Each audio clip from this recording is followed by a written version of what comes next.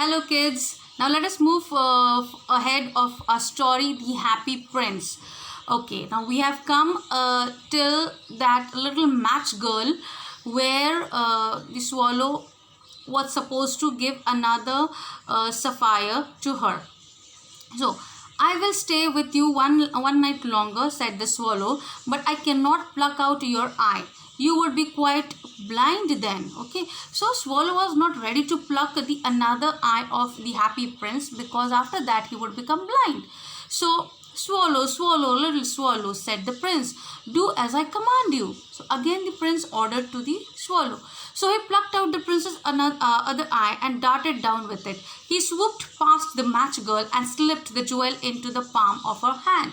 So he plucked out the another sapphire, and swiftly he passed away from the match girl, and he dropped the sapphire, which directly landed into her palm of her hand.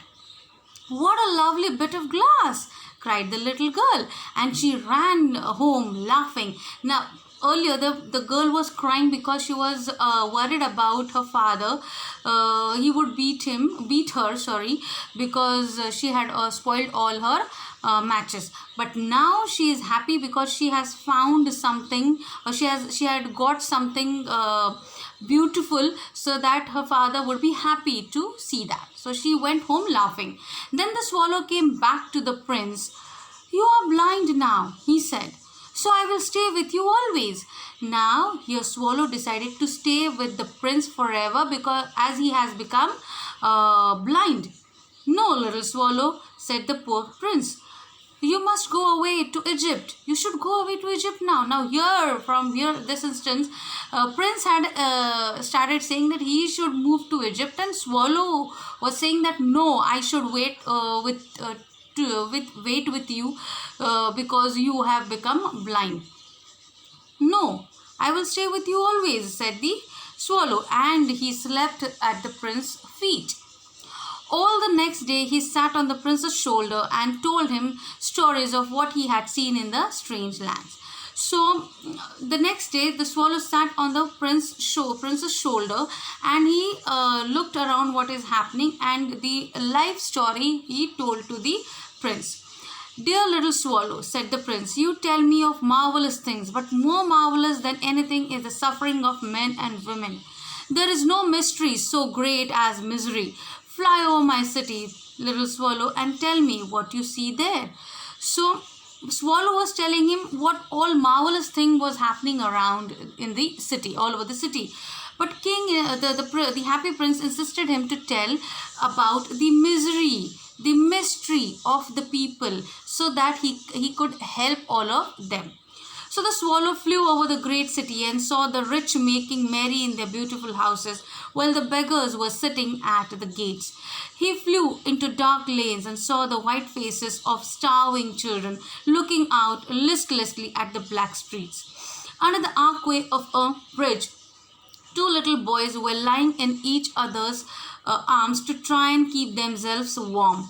How hungry we are, they said. You must not be here. You must not be here, shouted the watchman, and they wandered out into the rain. Now, when Swallow went around the city, what he observed that rich people, they were very happy in their houses. They were not at all bothered about the poor people around them in their city, in their own city. But when Swallow observed the conditions of the poor people also, he looked into the dark lanes. He saw the white faces of starving children, hungry children, poor children. Okay, also under the archway of a bridge, under a bridge, he saw two children. They were trying to keep themselves warm by each other's arms. Okay, they were trying to keep themselves warm, and both of them were very hungry. And meanwhile, a watchman came over there, and he just threw both the boys out of that area, because that area was not meant for the poor people to sit over there. So the swallow then flew back and told the prince what he had seen. I am covered with fine gold, said the prince. You must take it off leaf by leaf and give it to the poor. The living always think that gold can make them happy. So because living people or alive people like us, we can make our life good with gold. So what was left with the happy prince was the leaves of gold. So he ordered Swallow to take one after the other a leaf of gold and give it to the poor people so that they can make their life better.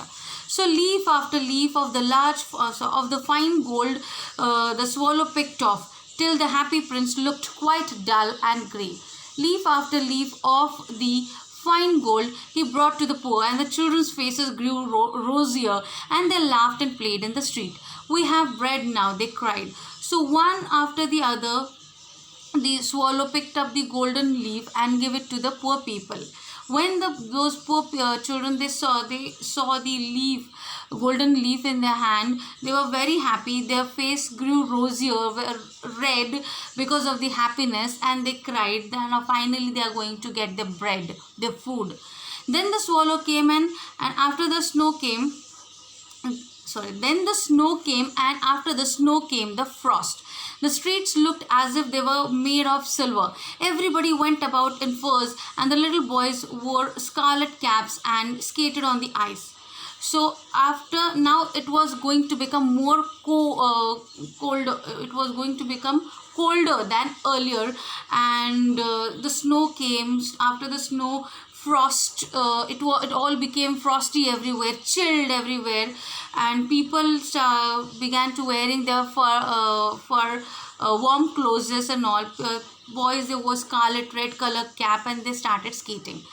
But the poor little Swallow was not at all going to survive in this condition. Okay, the poor little Swallow grew colder and colder, but he could not leave the prince. He loved him too well. He picked up crumbs outside the baker's door when the baker was not looking, and tried to keep himself warm by flapping his wings.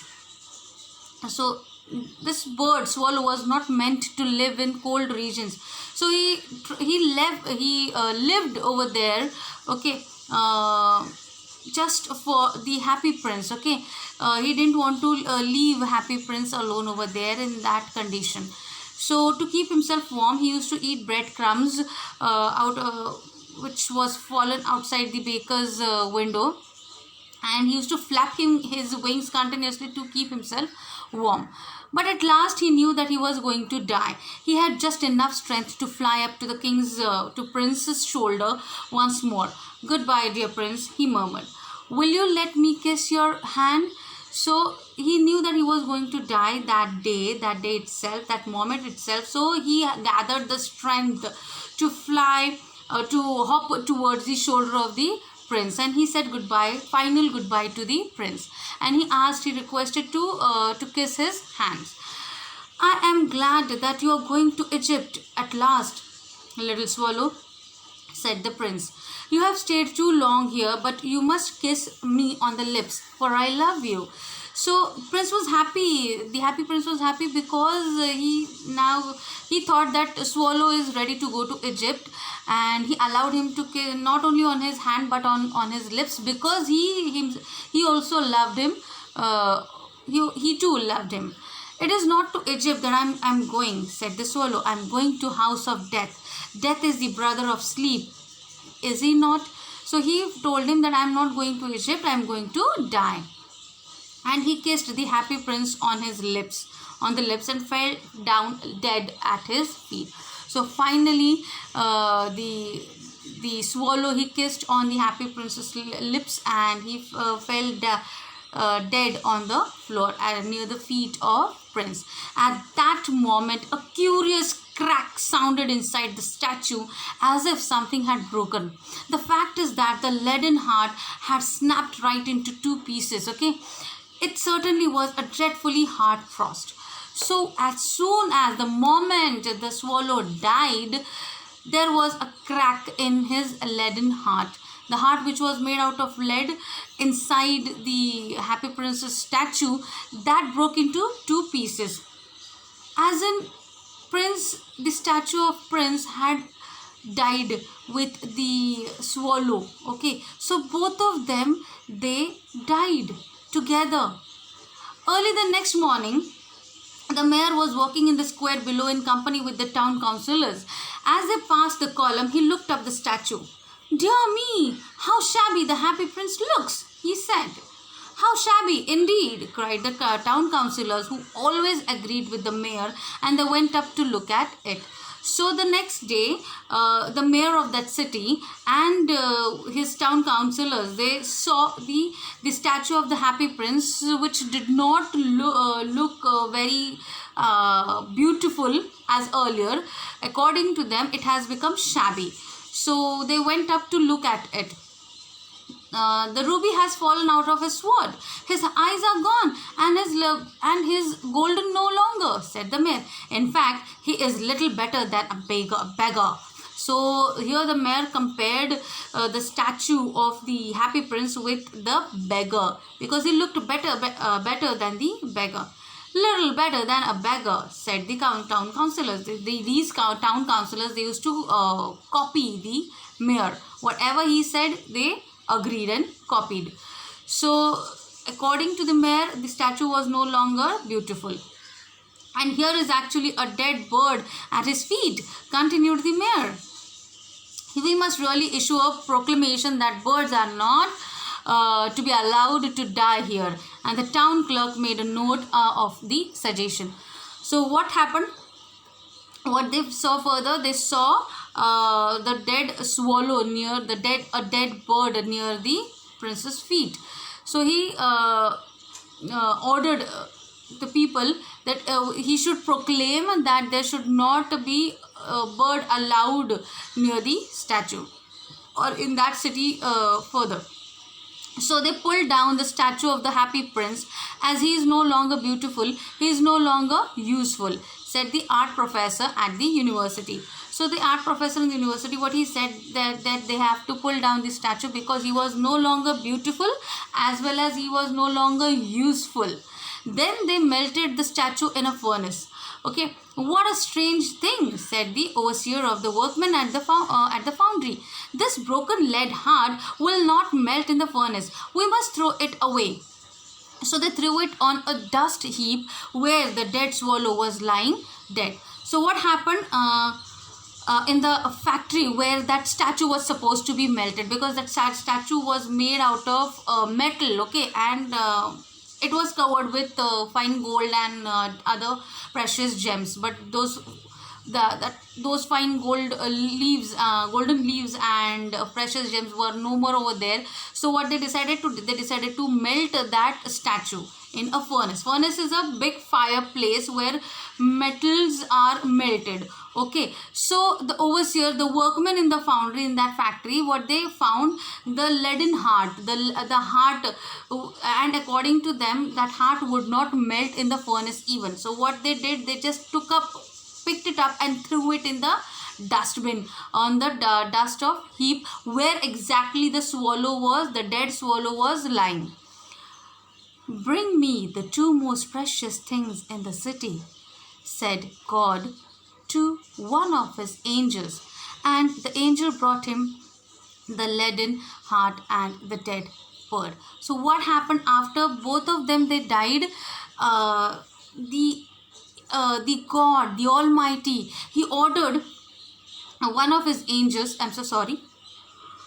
one of his angels to bring the most precious things in the city. So the angel, what he did, he picked up the leaden heart and the dead swallow in his hand. According to him, both these things were so precious in the city, and he gave it to the God.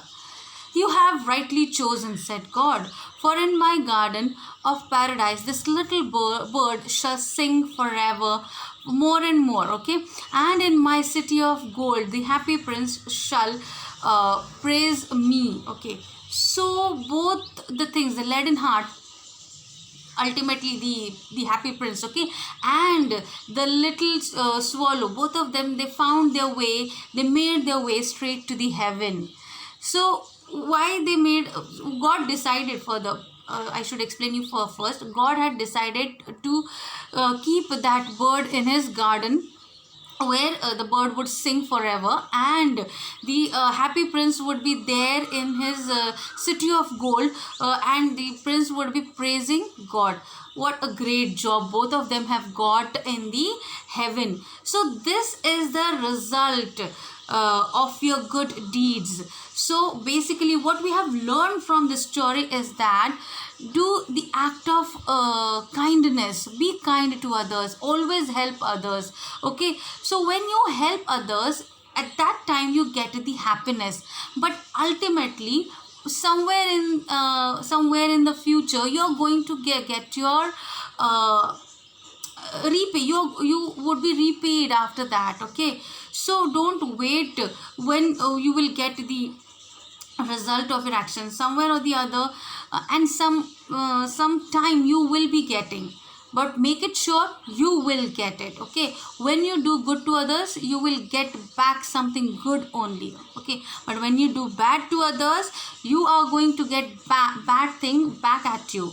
It's like a boomerang. Okay, when you throw it, it comes to you, it comes back to you. It's the same thing. Okay, children, so the happy prince and this little swallow had taught us a lesson to be kind to others, to be helpful to others, to be generous to others. Always help others around you. Okay, so this is the moral of the story. So please go through the story once again, go through the chapter lesson in the textbook and the summary in the